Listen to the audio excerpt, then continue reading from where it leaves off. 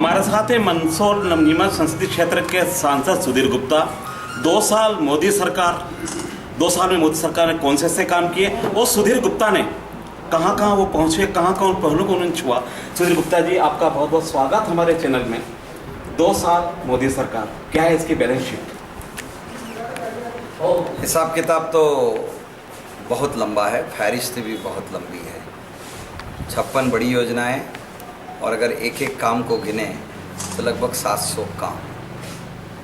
मैं समझता हूँ कि 2 साल का जो जीवन है वो राष्ट्रों के लिए बहुत कम होता है, मनुष्यों के अपने विकास के लिए भी कम होता है, लेकिन इस कम समय में बेहतर करके देना, उसको हम अगर किसी एक बिंदु से देखें तो पहले मैं आपको देश की सुरक्षा व्यवस्था पर अगर ध्यान आकृष्ट करना चाहूँ तो 2 साल पहले प्रतिदिन समाचार पत्रों की सुर्खियां होती थी नक्सलवाद और आतंकवाद को लेकर।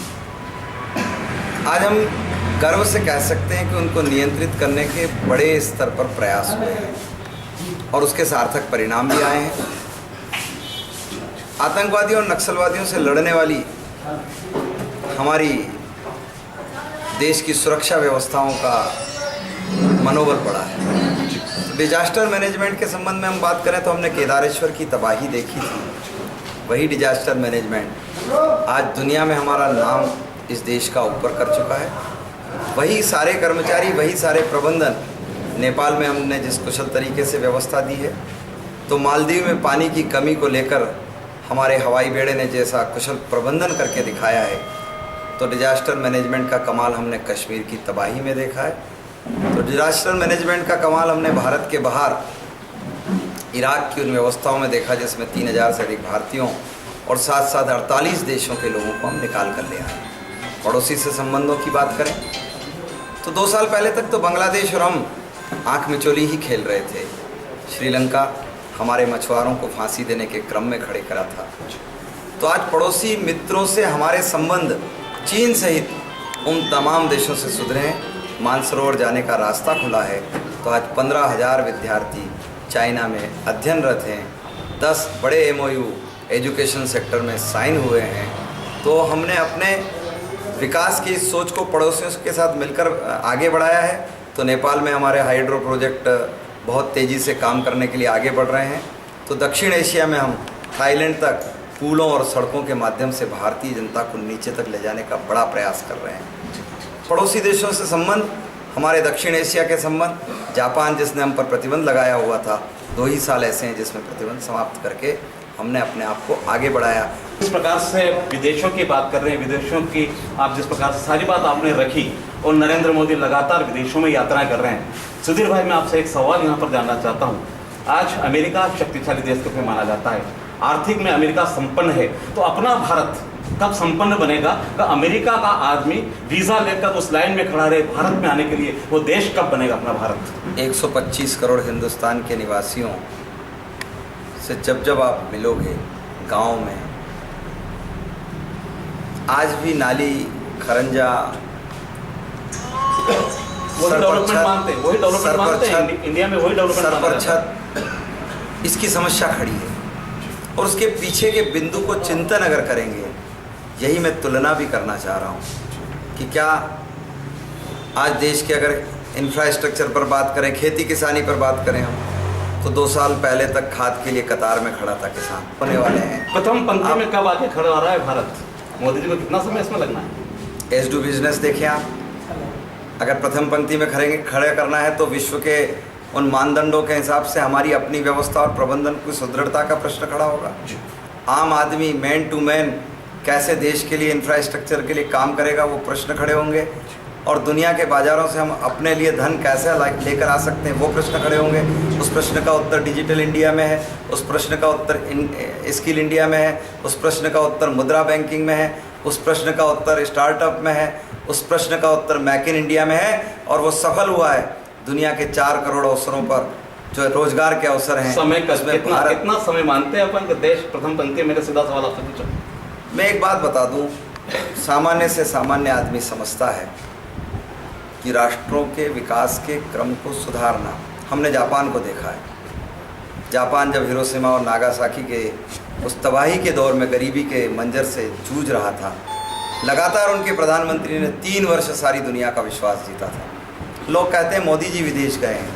मैं पूछना चाहता हूं कि कौन सा ऐसा दिन मोदी जी का उस विदेश में जो भारत के लिए कुछ लिए बिना आए हों। ये एक सफलता का ऐसा परिचायक है कि सारी दुनिया का हमने दिल जीता है, और उस दिल जीतने का कारण हमारी जीडीपी की आप रेटिंग देख लो, वो अपने आप में प्रमाण दे रही है। बिजनेस में देख लो आपने, हमने रैंकिंग सुधारा है। रैंकिंग सुधारने का क्रम इतनी तेजी से पहली बार देश के सामने आया। जी जी जी जी। सुधीर भाई, आपने मेरे पूरे सवाल को घुमाया। आपने मुझे ये नहीं बताया कि कब आप इसको भारत को प्रथम पंक्ति में खड़ा करेंगे। छोड़िए, आने वाले 3 साल किस नज़र से आप देखते हैं, किस नज़र से मोदी देखते हैं, और कैसा अपना भारत होगा आने वाले 3 साल? हमारा अपना सोचना है, मोदी जी सहित पूरी भाजपा का एक विश्वास के दम पर हम देश के लिए काम कर रहे हैं कि आधारभूत संरचनाओं पर, देश के औद्योगिक विकास को लेकर, कृषि विकास को लेकर, शिक्षा के दृष्टिकोणों को लेकर हम बहुत तेज़ी से आगे बढ़ रहे हैं। और हमारा इसमें बहुत बड़ा विश्वास इस बात पर है कि हम देश के करोड़ों लोगों को अपनी आमदनी, अपने व्यवस्थाओं को सुधारने के लिए लगा पाने में सफल होंगे। और इसीलिए व्यक्ति खड़ा होगा तो देश खड़ा होगा। और हमने टारगेट इसीलिए गाँव को लिया है, और अभियान का नाम भी हमने दिया ग्रामोदय से भारतोदय। और हमारा लक्ष्य है कि हम भारत के 6,35,000 गाँवों को, 16 लाख से अधिक बसाहटों को खड़ा करने में समर्थ और सक्षम होंगे।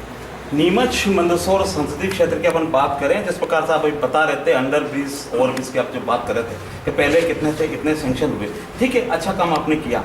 मैं आपसे एक सीधा सवाल यहाँ भी पूछना चाहता हूँ कि जो 4 लाइन बनी हुई है, चाहे बाईपास ये यहाँ का हो, मनासा नीमच मार्ग वाला, चाहे सिंगोली वाला हो, चाहे जावद वाला हो, अक्सर दुर्घटनाएं वहाँ पर होती है। उसको फोकस न केंद्र सरकार के सांसद ने किया, न प्रदेश के विधायकों ने किसी ने किया, सरकार है सारी बीजेपी। पहली बार देश के सामने ये प्रश्न राष्ट्रीय स्तर से उठा है। मैं आपको धन्यवाद दूंगा श्रीवास्तव जी कि एक पत्रकार के नाते आप इन मर्म को छूने का काम करते हो। पहली बार ब्लैक स्पॉट नेशनल डाटा में संचित हो रहे हैं। ऐसे ब्लैक स्पॉट जो एक्सीडेंट जोन माने जाते हैं, जहां यदा कदा दुर्घटनाओं के बड़े क्रम होते रहे हैं। और इसीलिए मैं समझता हूं कि ये एक ऐसा प्रश्न आपने पूछा जिसका मैं आज उत्तर देने में भी सक्षम हूं कि देश अब अपने ब्लैक स्पॉटों को पहचानने के लिए भी तेज़ी से काम कर रहा है। एक बात हो, आपके नीमच मंदसौर संसदीय क्षेत्र में मोदी जी की योजनाएं अनेक है, जिसका आपने भी मुझे बताया, और अक्सर पर पढ़ते हैं, इंटरनेट पढ़ते हैं, अखबारों में पढ़ते हैं। रोजगार के लिए मोदी आपने इस मंदसौर नीमच संसदीय क्षेत्र में क्या प्रयास किए, पहला सवाल। उसके साथ ही क्षेत्र के ITI दम तोड़ते नजर आते हैं। तीसरा सवाल, उच्च शिक्षा में कमी नीमच मंदसौर जिले में, इसके लिए प्रयास आपके क्या रहे? जहाँ तक रोजगार का प्रश्न है, आप शायद उसको इंडस्ट्री में ढूंढ रहे होंगे और देश उसको व्यक्ति तक ले जा रहा है। सारी दुनिया के काम करने के तरीकों में तब्दीली आई है। ये पहली बार हुआ है जिसमें हम गर्व से कह सकते हैं, दम से कह सकते हैं कि इस हिंदुस्तान ने 5 करोड़ लोगों को अपने रोजगार प्रबंधन के लिए ऋण उपलब्ध करवाया है मुद्रा बैंकिंग के माध्यम से। जी, 5 करोड़ लोग जोड़े हैं। शायद वो प्रत्यक्ष न दिखते हों, लेकिन अप्रत्यक्ष रूप से उन्होंने अपने प्रबंधन को सुदृढ़ किया। ये कम सफलता नहीं है, ये सफलता का एक नया प्रतिमान है। ITI दम तोड़ रहे हैं आपके जिले में?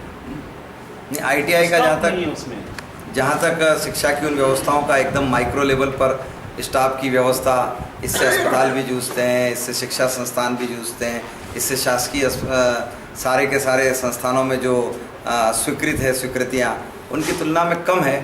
लेकिन उस पर अगर कोई एक पर्टिकुलर चीज़ पर आप बात करेंगे तो मैं उस पर व्यक्तिगत ध्यान देकर भी उस पर काम करने का प्रयास करूँगा। उच्च शिक्षा के लिए कोई संस्थान नीमच मंदसौर जिले में नहीं? यहाँ अधिकांश PPP मोड में है। मैं तो चाहता हूँ कि मंदसौर में ज़मीन प्रिजर्व हो गई है, यहाँ के इन्वेस्टर आएँ और मेडिकल हॉस्पिटल में अपनी रुचि दिखाएं। और अगर जनता अपने पैसे का ठीक उपयोग करने के लिए अगर इन संस्थानों की तरफ अपना ध्यान आकृष्ट होगी तो आज सारी दुनिया साझा तरीके से आगे बढ़ रही है। एक देश दूसरे देश के साथ है, एक व्यक्ति सरकारों के साथ है, सरकार व्यक्तियों के साथ है। और अगर हम साझा तरीके से आगे आते हैं तो उसमें विकास की बहुत संभावना है। मंदसौर में भी प्राइवेट स्तर पर बड़े इंजीनियरिंग कॉलेज हैं जो सरकार की सुविधाओं से बनकर आगे बढ़े हैं।